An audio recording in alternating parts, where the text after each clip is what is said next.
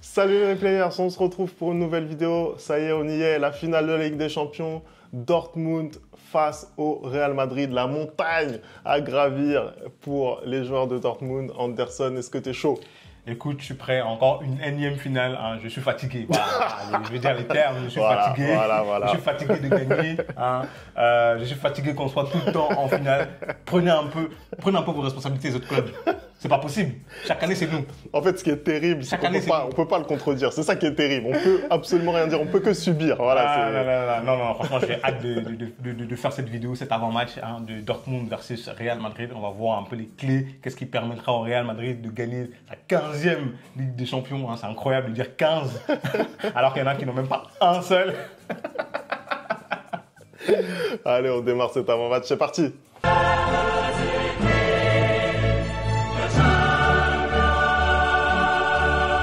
Donc le Real qui va jouer pour sa 15e Ligue des Champions, tu viens de le dire, c'est juste sensationnel. Et en face pour Dortmund, c'est la montagne à gravir, c'est le challenge ultime. Voilà, c'est le jeu à terminer pour les joueurs de Dortmund en réalité. Hein. Je ne sais pas s'il y a plus gros challenge dans le sport que de rencontrer le Real Madrid en finale d'une Ligue des Champions. Sincèrement. À part Nadal en finale de Roland-Garros, est-ce qu'il y a meilleur challenge? Je pense que tu viens de le dire. Hein. Je pense que les trois plus gros challenges hein, dans l'histoire du sport, c'est affronter Michael Jordan en finale d'une NBA, affronter Rafael Nadal à Roland-Garros et affronter le Real Madrid en finale de Ligue des Champions. Une stat juste comme ça pour commencer. Hein. Le Real est sur 8 finales consécutives gagnées en Ligue des Champions. Voilà la montagne à gravir pour Dortmund. Aucune finale perdue d'ailleurs depuis que ça s'appelle la Ligue des Champions. Depuis que ça s'appelle la Ligue des Champions, aucune finale perdue. Merci de dire les termes. Ça fait plaisir. C'est important. Ça fait plaisir. Mais maintenant, qu'est-ce qu'on va penser de ce match? Quelles sont les clés, comme je l'ai dit, pour le Real Madrid avant ce match-là? Qu'est-ce qui va leur permettre de remporter cette 15e Ligue des Champions?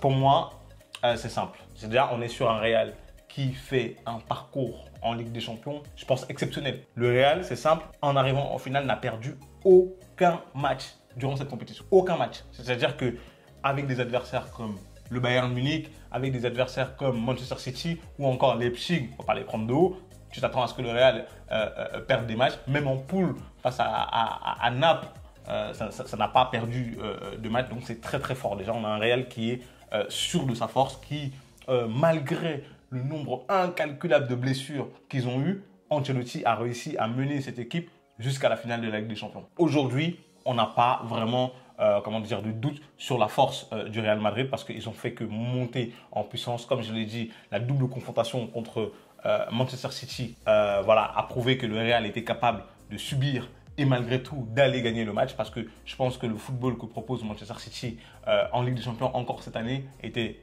de très très haute qualité et malgré tout le Real en est venu à bout.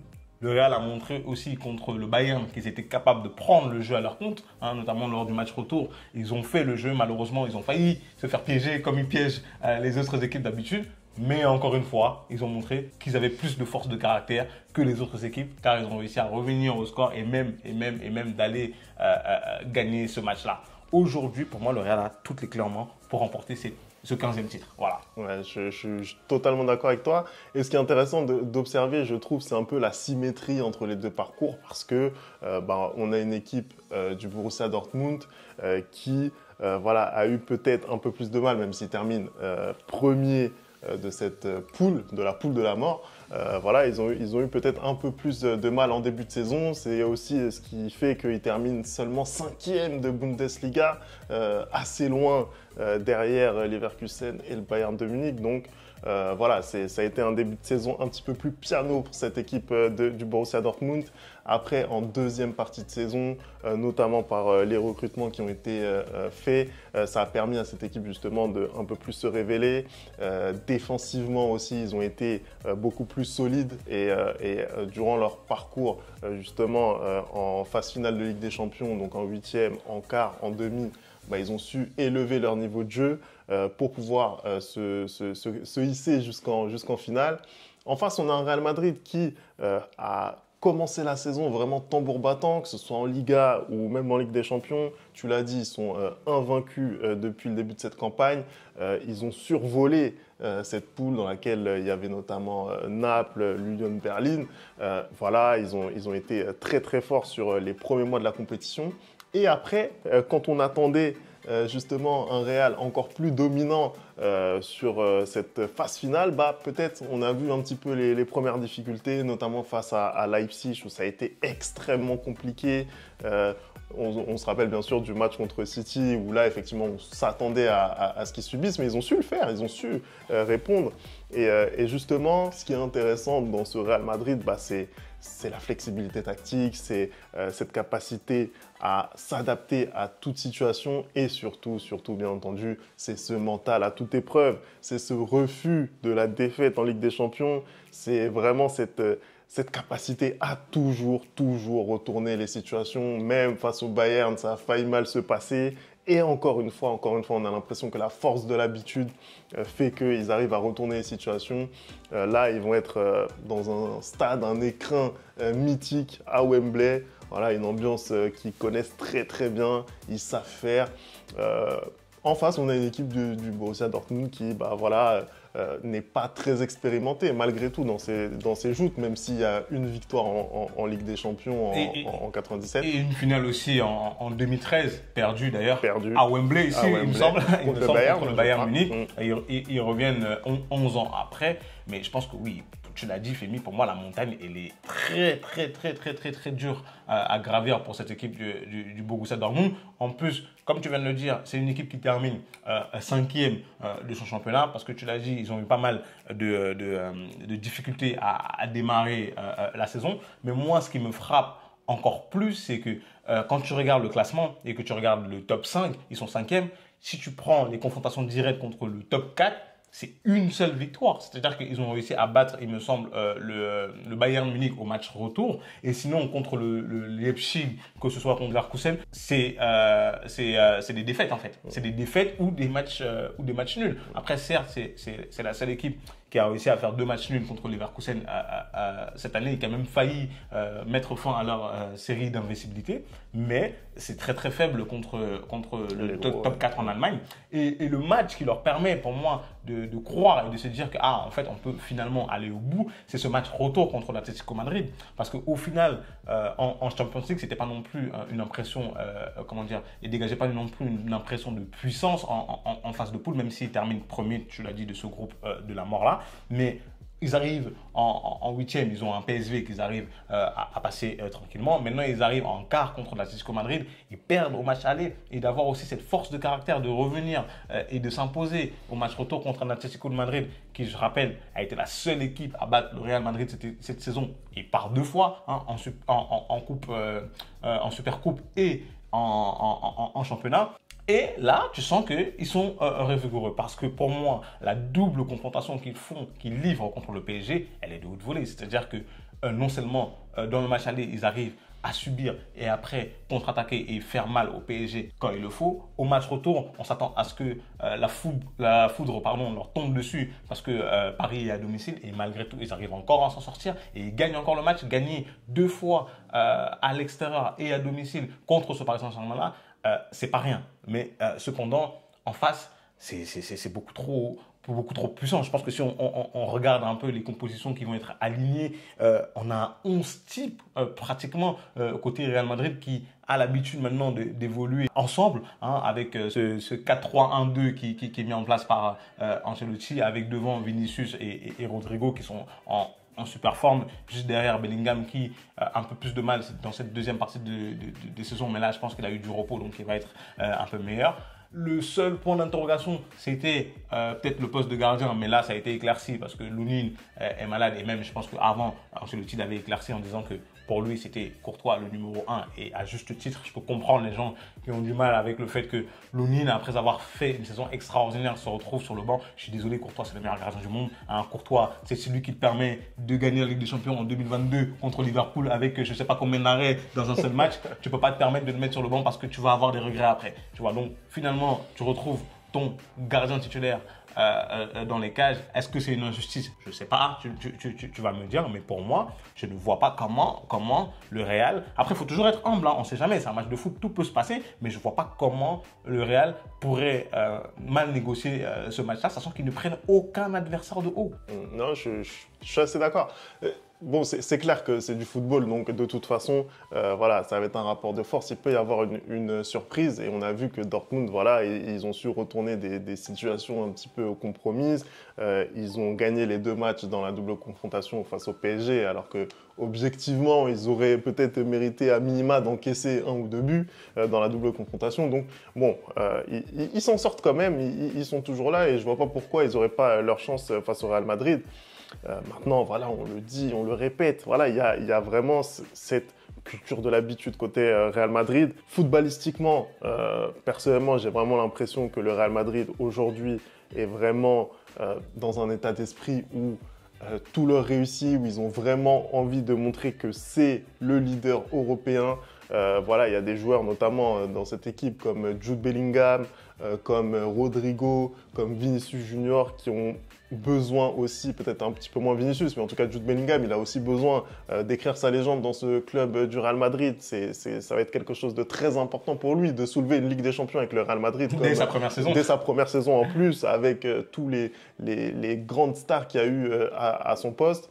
Je pense aussi bien entendu à un joueur comme Toni Kroos. Toni Kroos qui va jouer son dernier match avec le Real Madrid, et ça se termine par une finale de Ligue des Champions face au Borussia Dortmund. On va avoir une belle histoire là. Entre Toni Kroos qui joue son dernier match et Marco Reus qui joue son dernier match, un des deux va forcément finir avec le titre. Voilà. Ça fait plaisir. J'espère que ce sera Toni. Toni Kroos, l'enfant du Bayern Munich en plus. Donc effectivement, voilà, il y a des belles histoires. Moi, personnellement, c'était quand même la finale qui me hypait le moins parmi les possibilités. On va pas se mentir. Et puis, pour revenir sur les compositions, pour parler un petit peu du Borussia Dortmund, je pense que voilà, on va avoir le 11 qui a joué et qui a martyrisé le Paris Saint-Germain, avec notamment ce côté gauche très très fort avec Maten et Karim Adeyemi, qui a tellement abattu de courses, de kilomètres. Je ne sais pas combien de kilomètres, il faudrait avoir la stat sur les 2 matchs. Combien de kilomètres a fait Karim Adeyemi? C'est juste stratosphérique. Et c'est ce type de joueurs qui se sacrifient pour le collectif, qui peuvent permettre à cette équipe de Dortmund de créer la surprise. Après, en qualité individuelle, moi je suis désolé, pour moi il n'y a pas match, même si voilà, tu as un Sancho qui est revenu à un très bon niveau, qui arrive à faire des différences en 1 contre 1. Pour moi, en fait, il n'y a pas assez de joueurs capables de faire des différences dans cette équipe. Après, quand tu regardes ce 11 de Dortmund, tu vois quand même que sur les côtés, tu as Adeyemi et tu as Sancho, qui peuvent faire très très mal au Real. Je pense que, je l'ai dit, je n'arrête pas de le dire, c'est que les qualités pour faire mal au Real cette saison, c'est énormément de vitesse dans les côtés. Et je pense que ça peut poser un problème au Real si jamais ils ne sont pas concentrés. Et c'est déjà arrivé plein de fois de voir que le Real a du mal à débuter ses matchs. Ça a été le cas d'ailleurs contre Liverpool. Après, c'est pas le même type d'équipe en 2022. Là, je pense que Ancelotti va réussir à motiver ces hommes, va réussir à leur faire comprendre que c'est une finale de Ligue des Champions, même si pour moi ils n'ont pas besoin. Mais tout ça pour te dire qu'ils doivent très très vite bien rentrer dans le match. En fait, on doit avoir ce qu'on a vu contre le Bayern au match retour au Santiago Bernabéu. C'est-à-dire que tout de suite ils doivent prendre la mesure du match et tout de suite mettre leur empreinte sur le ballon, mettre leur empreinte sur le jeu et contrôler le match et non pas subir le match et attendre de contre-attaquer. Pour moi, Dortmund, c'est pas une équipe, sur les dernières prestations qu'on a vues, c'est pas une équipe qui mène le jeu. Voilà, ils sont beaucoup plus forts en phase de transition, notamment par les joueurs de côté dont tu as parlé. Et puis surtout, j'en ai parlé un petit peu tout à l'heure, mais cette défense de fer qu'elle a retrouvée avec un Mats Hummels, vraiment, on a l'impression de revoir le Mats Hummels Coupe du Monde 2014. Il n'a pas été appelé à l'Euro. Il n'a pas été appelé à l'Euro, mais en tout cas, le Mats Hummels, moi, que j'ai vu lors de la double confrontation contre le PSG, nous a écœurés. Il nous a écœurés, il faut dire la vérité. Il nous a vraiment écœurés. La charnière qu'il forme avec Schlotterbeck, bah, c'est une charnière qui est solide, qui a montré voilà, qu'elle était capable de bien défendre et de très bien défendre. Et toute l'équipe, justement, lorsqu'elle est en position basse, bah, elle laisse très peu d'ouverture en fait. Il y a très peu d'ouverture. Bah, justement, ça gêne énormément le Real. Ça gêne énormément le Real. Ils n'aiment pas justement être en position du ballon face à un bloc bas. Donc voilà, c'est une opposition de style. On va voir ce que ça va donner. Est-ce qu'on ne va pas passer au prono Anderson? Qu'est-ce que tu penses toi de cette confrontation? Qui va soulever cette Ligue des Champions? Je suis désolé, en tant que supporter, je ne peux pas me permettre de pronostiquer ce match-là. Je n'ai pas envie de nous porter la poisse, comme toi avec tes pronos hasardeux. Désolé, je ne me risquerai pas. Voilà, je ne vais pas pronostiquer. Voilà. Non mais sincèrement, est-ce qu'il y a un grand risque aujourd'hui à pronostiquer le Real Madrid? Même si le Real Madrid perd, qui t'en voudra? Qui aujourd'hui croit sincèrement à la victoire de Dortmund? Tout le monde nous attend au tournant. Là, ça sera l'Europe contre le Real. Moi je sais, moi je connais la vérité. Moi je connais la vérité. Tous les gens qui attendent que le Real perde pour pouvoir se moquer. En tout cas, moi personnellement, je vais me risquer un pronostic et sincèrement, je vois pas dans quel monde, je vois pas à quelle heure le Borussia Dortmund peut battre ce Real Madrid si sûr de sa force, si dominant cette saison, avec toutes les épreuves qu'ils ont eu à traverser, avec les blessures, on en a parlé, cette double confrontation face à Manchester City, ils sont sortis vivants de tout ça. Je vois pas comment ils peuvent sortir. On ne sortir. sait jamais. Sur un match, tout peut arriver. C'est du football. Écoute, on verra ça samedi soir. En tout cas, merci d'avoir regardé cette vidéo. On n'oublie pas les bonnes habitudes, @lereplayfoot. Vous nous dites ce que vous pensez de ce match, de cette confrontation. Nous, on attend ça avec beaucoup d'impatience. Et puis, on se retrouve très très vite pour une nouvelle vidéo. Ciao.